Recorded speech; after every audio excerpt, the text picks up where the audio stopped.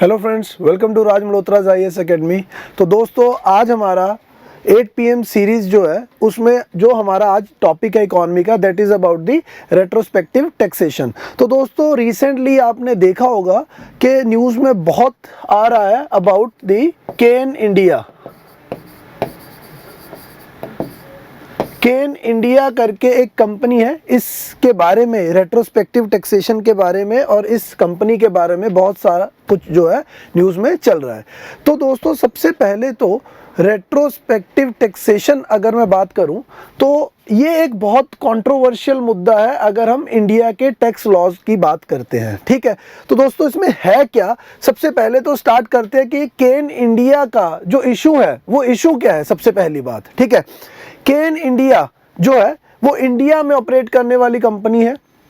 केन जो बेसिकली ये कंपनी है, it is from the United Kingdom, it is based upon UK, that is Cairn UK. तो दोस्तों, ये केन जो यूके की कंपनी है, इसने 2006 और 7 में 2006 एंड 7 जो है इसने अपनी रीस्ट्रक्चरिंग करने की कोशिश की। ठीक है, और उस रीस्ट्रक्चरिंग, इंटरनल रीस्ट्रक्चरिंग में इस केन यूके ने क्या किया, इसने जितना भी इंडिया में इसके जितना भी प्रॉपर्टी एंड जो भी कुछ है, इसने सारा का सारा किसको ट्रांसफर कर दिया, केन इंडिया लिमिटेड को। तो दोस्तों, अब ये केन यूके ने अपनी ही एक सिस्टर कंसर्न कंपनी जो है केन सब्सिडरी जिसको बोलेंगे केन इंडिया, ठीक है, ये पेरेंट कंपनी है केन यूके और इसकी जो इंडिया में काम कर रही है वो है केन इंडिया। तो इस कंपनी ने 2006-7 में सब कुछ जो है अपना इंडियन जितनी भी प्रॉपर्टीज एंड ऑल वो किसको ट्रांसफर कर दिया, केन इंडिया को। अब होता क्या है, ये ट्रांसफर हो गया, इसके बाद इशू क्या हुआ, 2011 में होता क्या है, हमारी जो टैक्स अथॉरिटीज हैं, हमारी टैक्स अथॉरिटीज ने क्या किया कि एक नया लॉ आया हमारा 2012 में, that is about retrospective taxation. ठीक है, तो दोस्तों, रेट्रोस्पेक्टिव का मतलब क्या होता है कि आज अगर कुछ भी चेंज हुआ है तो हम उसको पिछले टाइम से इंप्लीमेंट कर सकते हैं। तो रेट्रोस्पेक्टिव टैक्सेशन जो है वो लॉ बनता है आपका 2012 में। ठीक है, इनकम टैक्स एक्ट को जो है इसको अमेंड किया गया और इसको अमेंड करने के बाद क्या लेके आए हम, रेट्रोस्पेक्टिव टैक्सेशन। ठीक है, कि हम जब चाहे पिछले 10 साल पहले कोई डील हुई है उसको भी हम जो है उसके ऊपर भी वो टैक्स जो है लगा सकते हैं। अब होता क्या है, 2014 में 2014 में गवर्नमेंट ऑफ इंडिया जो है वो एक केन इंडिया का जो ये पूरा का पूरा इंटरनल रिस्ट्रक्चरिंग हुई, तो गवर्नमेंट ऑफ इंडिया ने कहा कि भाई इसमें जो है इस पूरे के पूरे रिस्ट्रक्चरिंग में केन यूके जो है कंपनी, उसको कुछ कैपिटल गेन हुआ है। ठीक है, कैपिटल गेन हुआ है तो उसके लिए कैपिटल गेन्स टैक्स जो है वो बनता है केन यूके के ऊपर। ठीक है, अब जो केन यूके कंपनी है उन्होंने क्या कहा कि देखिए, हमने तो अपनी इंटरनल रीस्ट्रक्चरिंग की है, हमने अपनी ही एक सब्सिडरी को अपने ही शेयर जो है जो सारा का सारा वो ट्रांसफर किया है, तो इसमें as per existing Indian laws हमारे ऊपर कोई भी टैक्स नहीं बनता था। ठीक है, बट गवर्नमेंट ऑफ इंडिया ने क्या कहा, गवर्नमेंट ऑफ इंडिया ने कहा कि हम 2012 में जो ये टैक्स लेके आए, इनकम टैक्स एक्ट को अमेंड करने के बाद, ये टैक्स के अकॉर्डिंग आपकी 2006 और 7 वाली जो डील है वो भी हम इस टैक्स के अंडर लेके आते हैं और आपके ऊपर जो है एक कैपिटल गेन्स टैक्स जो है वो बनता है और वो आपको भरना होगा। अब इसके बाद क्या होता है दोस्तों, क्योंकि वो टैक्स की अमाउंट बहुत ज्यादा है जो गवर्नमेंट ऑफ इंडिया डिमांड कर रही है, तो जो आपकी केन इंडिया है इसने इंटरनेशनल जो हमारी कोर्ट ऑफ आर्बिट्रेशन है, ठीक है, हेग में, वहां पे ये कंपनी जाती है और ये क्या कहती है कि एक इंडिया एंड यूके के बीच बाइलेटरल इन्वेस्टमेंट ट्रीटी हो रखी है। ठीक है, ये company international court of arbitration में जाती है और ये कहती है कि इंडिया एंड यूके जो है इनमें एक ट्रीटी हो रखी है, that is called bilateral investment treaty.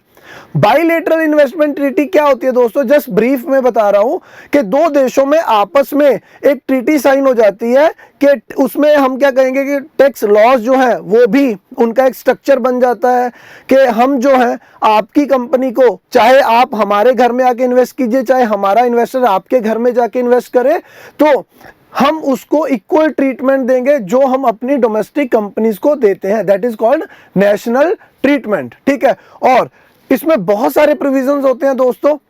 तो केन इंडिया जो है उसने क्या हवाला दिया इंटरनेशनल कोर्ट ऑफ आर्बिट्रेशन में जाके इंडिया एंड यूके की बाइलेटरल इन्वेस्टमेंट ट्रीटी का, and as per this treaty Cairn India के ऊपर कोई भी टैक्स लायबिलिटीज नहीं बनती। ठीक, तो दोस्तों अब हुआ क्या, केन इंडिया जब इस कोर्ट में गई तो इस कोर्ट ने क्या किया, इनकी जो जजमेंट थी, किसकी, इंटरनेशनल कोर्ट ऑफ आर्बिट्रेशन की, इनकी जो जजमेंट है इट इज अगेंस्ट इंडिया। ठीक है, इट इज अगेंस्ट इंडिया। इन्होंने क्या कहा, इंटरनेशनल कोर्ट ऑफ आर्बिट्रेशन ने कहा कि India needs to pay around 1.2 billion dollars, India needs to pay around 1.2 billion dollars to the Cairn India Limited. ठीक है, और अब ये हुआ क्यों दोस्तों, ये क्यों, ये पूरा का पूरा मैटर जो है इंडिया के अगेंस्ट चला गया, क्यों, इंटरनेशनल कोर्ट ऑफ आर्बिट्रेशन ने कहा कि इंडिया को पैसा पे करना है केन इंडिया को। उसके पीछे रीजन ये है दोस्तों, जब मैंने आपको कहा कि इंडियन गवर्नमेंट ने एक टैक्स के बारे में कहा केन इंडिया को, तो केन इंडिया ने डिस्प्यूट जो है टैक्स डिस्प्यूट के अंदर उसने अपना आर्बिट्रेशन मैकेनिज्म शुरू कर दिया। होता क्या है, इन द मीनवाइल अभी आर्बिट्रेशन पेंडिंग है, केन इंडिया के जितने भी अकाउंट्स थे गवर्नमेंट ऑफ इंडिया ने वो फ्रीज कर दिए। केन इंडिया जो डिविडेंड अपनी पेरेंट कंपनी को दे रही थी उसको भी फ्रीज कर दिया गया। क्यों, गवर्नमेंट ऑफ इंडिया ने कहा कि पहले आप हमारा जो टैक्स लायबिलिटीज हैं उनको पूरा कीजिए, उसके बाद ही आप जो है अपनी पेरेंट कंपनी को डिविडेंड प्रोवाइड कर सकते हो, उसके बाद ही जो आपके अकाउंट में पैसा है आप उसको यूज कर सकते हो। इस चीज का इतना बड़ा इफेक्ट हुआ कि केन इंडिया को अपना करीब करीब 50% जो है स्टाफ जो है उन दिनों ले ऑफ करना पड़ा दोस्तों। ठीक है, तो अब हुआ क्या, केन इंडिया को तो बहुत बड़ा लॉस। अब दूसरा क्या है, केन इंडिया ने अपना जितना भी उनका सिस्टम था, जितना भी, वो सारा का सारा सेल आउट कर दिया वेदांता ग्रुप को। ठीक है, वेदांता कंपनी है दोस्तों जो माइनिंग में डील करती है, तो वेदांता ग्रुप को अपना जो पूरा का पूरा इंडियन जो पूरा का पूरा सिस्टम था वो सेल कर दिया, और उसके अगेंस्ट केन इंडिया को मिले करीब करीब 10% शेयर, किसके, वेदांता ग्रुप के।